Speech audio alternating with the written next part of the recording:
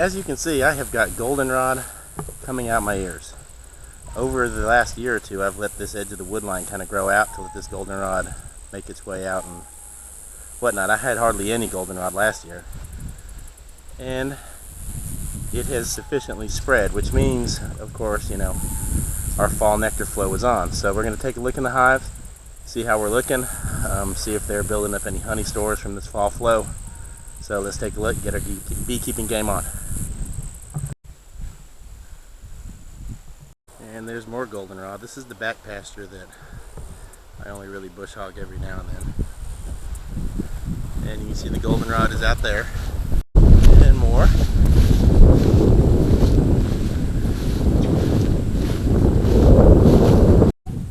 And here's a really big patch of goldenrod that runs all the way out to the road there. More of it there. There, leading right up there to the front hives there in the front apiary. So the flow is definitely on. And there's a little more goldenrod back here. You can see there's the martin house that we put up. It looks almost crooked because it's on a hill, but it's level. We plumbed it. And there's the goldenrod out there. So the bees have plenty to forage on right now. In fact, I don't know if you can see that or not. Way back past there, there's more of it back in that back pasture back there. It's a really tall one. And somewhere back here, there's a purple crepe myrtle that somehow or another has made its way in. And there's that rose of Sharon, and here's another view of the goldenrod lining the wood line. And that explains what you're about to see. This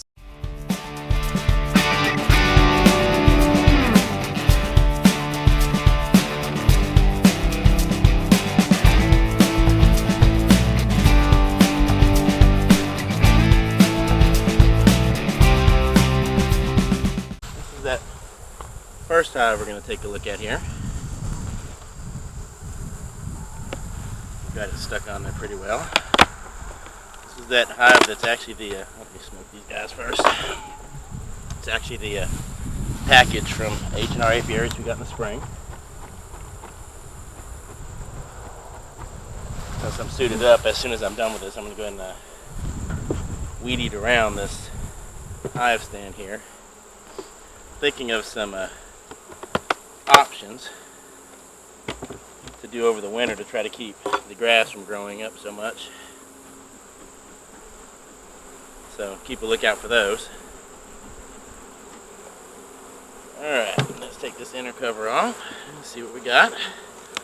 Like I said, I'm not going to be in these hives really long today. I'm really more just looking for how we look going into the winter. The goldenrod actually seemed to come out a little early this year. And it's been out for, I'd say at least a good 3 or 4 weeks, but it's now out to a point where it's prolific, I guess would be the word for it.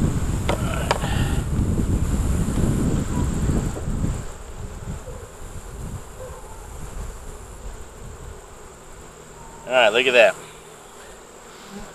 They are capping off honey. This is good. I can see this next frame is capped. Honestly, I could probably do to throw another super in here. It's really good down in there. I don't really want to get in there too much, but I am going to go ahead and throw another super on here in a few minutes. So that looks good. They're building up stores. I kind of wish I'd put a second deep on here instead of a medium, but I wasn't sure they'd fill it and whatnot. And I can just put a second super on there, and I'm just going to end up leaving these guys probably through the winter to make sure they've got plenty of stores there. Let's take a look at this one. Just make sure y'all can see where we are here. Alright.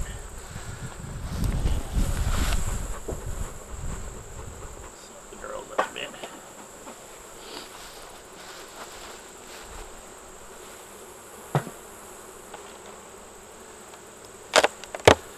one doesn't seem as busy as that other one, and at the same time it's also the one that I fear swarmed on me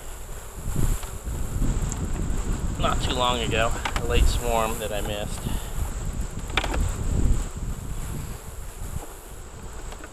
And that frame was just about empty. I can see them working these frames in this top box here, but there's definitely not the number of bees in this one that's in this first hive we checked.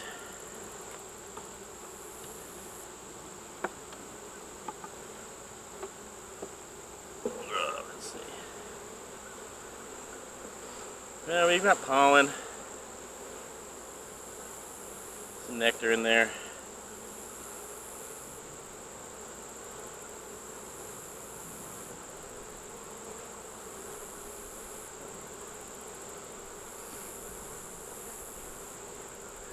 Yeah, this one we're going to have to hope that I may end up having to feed it, I guess. I'm going to have to hope it picks up some resources over the next few weeks during this fall flow, because it looks less than great. This one you can see has a good amount of activity coming in and out.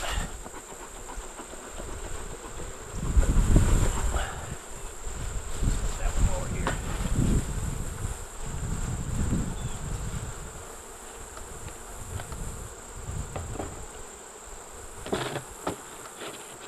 This one I hear is just an old dead out I left there.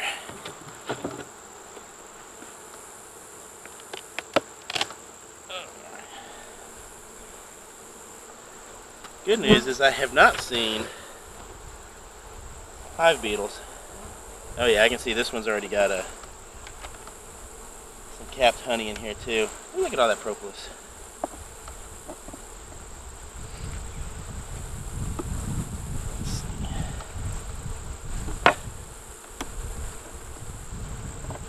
This one is blank. Get these guys slid over a little bit. They've done a decent job of sticking them all together here. Alright, here's where they've started. You can see they've started capping some honey. Look at that, it's nice and clear. If you can see it. White caps on there. Well, you know, I said I don't see evidence of many hive beetles, but let me grab that thing and show you all this. Let me set this carefully down here. Pardon me, Shirley's.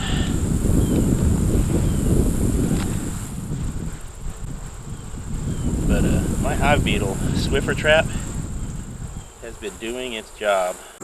Not sure if you can see down in there or not. That Swiffer trap is loaded with beetles, which is exactly what I want to see. Good. I will link to how to use those Swiffer hive beetle traps up there in the top. That's always good to see when, if you're going to have hive beetles, I guess, which we all are. It's good to see that you can actually have some measure of control over them. It is getting towards that time of year. Ooh, wow, this one's heavy. Where you want to start thinking about winterizing your stuff, your hives rather. And I am going to do a little video on how I do that here as we get closer. Yeah, this one's heavy. Full of capped honey. The next one's full. In fact, the next several are full. I am going to throw a super on this one as well. I may actually be able to pull a little honey off of this one. Although, I may take some of it and put it on this weaker hive over here so they make the winter. But I would not mind getting a little bit of this honey.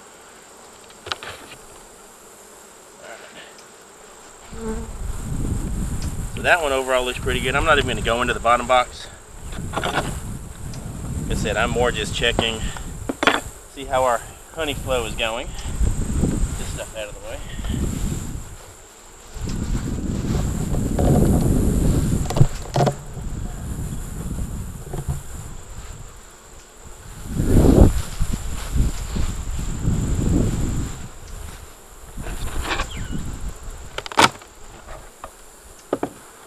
Alright, bees coming through the top. Alright, now this is a cutout of sorts that I did. Time to replace that inner cover, I guess. It's falling apart on me. You can see, in fact, this will make a interesting tidbit. You can see the bees are working to get rid of that rubber band. They don't want to keep anything in the hive that's foreign in there. And so that's one of the rubber bands that was holding some of that comb in there. And they're working to drag that out. Let me see if I can help you out. Come here, girls. Come here, girls. Well, got a little bit. Looks like I've got capped honey in there. I'm going to go ahead and pull one of these out and see how we look in here too.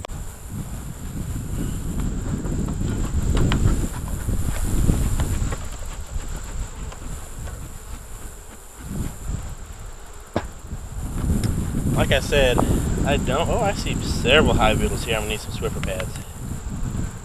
So before I close this one up, yeah, there's a lot of hive beetles in here. I'll need to run in and grab me one. I think we've got some. If not, if you don't have Swiffer pads handy, paper towels will work as well. Some folks use those commercial ones. I just buy if I don't have them, I just use the cheap little, the dollar roll or whatever the cheapest paper towel is you can get. Alright, so they're filling this. See, I've got Nectar. They're working these frames. Excuse me, Shirley's down in there. So this one's pretty full too, so I'm going to need 3 more supers here. And I need some Swiffer pads on this one, so let me run and grab some Swiffer pads. I'm going to go ahead and close this hive up right quick. Just so that I don't instigate a frenzy. Right. About to put this super on here. Didn't realize I was almost out of medium frames. Excuse me, girls.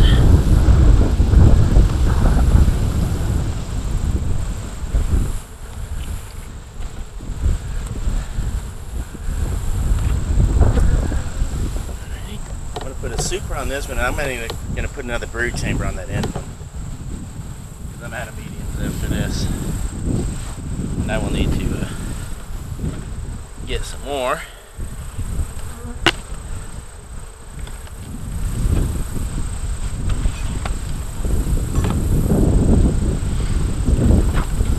Remember, when you're adding boxes or replacing boxes on here, you'll want to make sure that you try not to squish many bees there, obviously. Alright.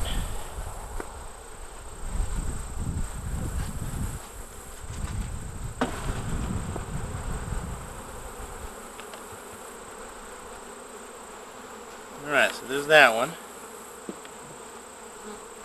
Got some paper towels here.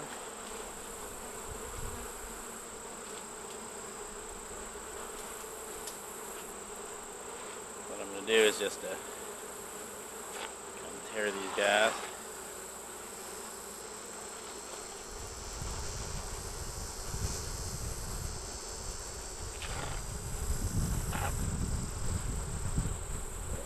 Perfect by any means, but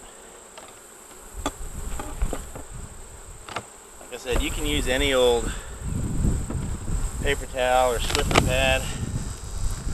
I'm going to just use the paper towels as well. I'm out of the Swiffer pad. Just kind of lay them on the corners there, and they will corral those hive beetles over to there.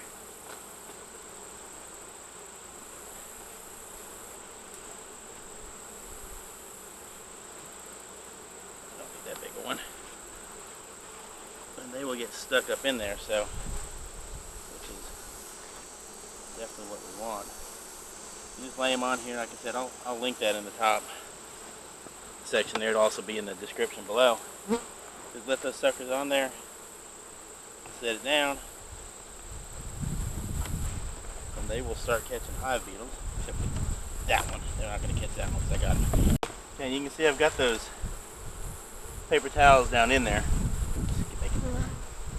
What I'm actually going to end up doing is I'm going to go get another brood chamber ready, another deep, and I'm going to move that super up, and I'm going to put that brood chamber in between. Ooh, I didn't realize that. That one's kind of dirty.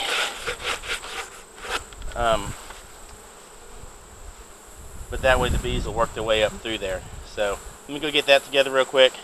Then I'm going to do a little maintenance around here, weed eat it down since I'm already suited up and whatnot since they're stirred up. Oh, that's a heavy box. You'll remember you can set these on their side. You'll want to make sure that you check. You don't particularly want to set them down on top of bees. But you can certainly set them on their side there.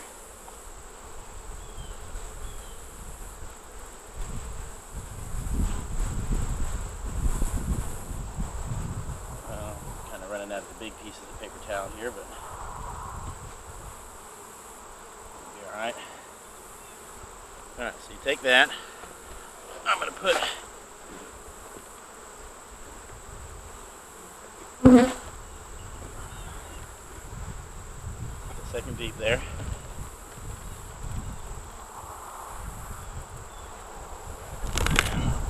Oh, this, like I said, this is a heavy box.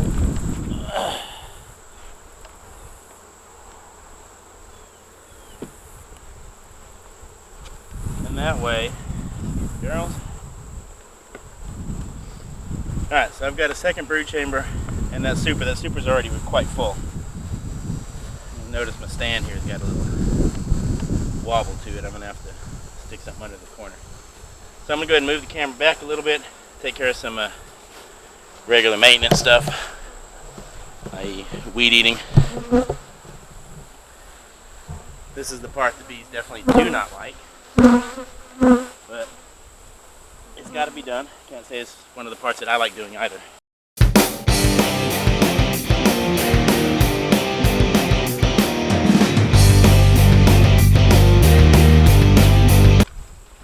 And that's that. So, like I said, they're a little stirred up now. I would be too. But just a little quick maintenance that you need to make sure you get done. And that's about all there is to it. So, we appreciate you watching. Hit like, hit subscribe. Y'all take care.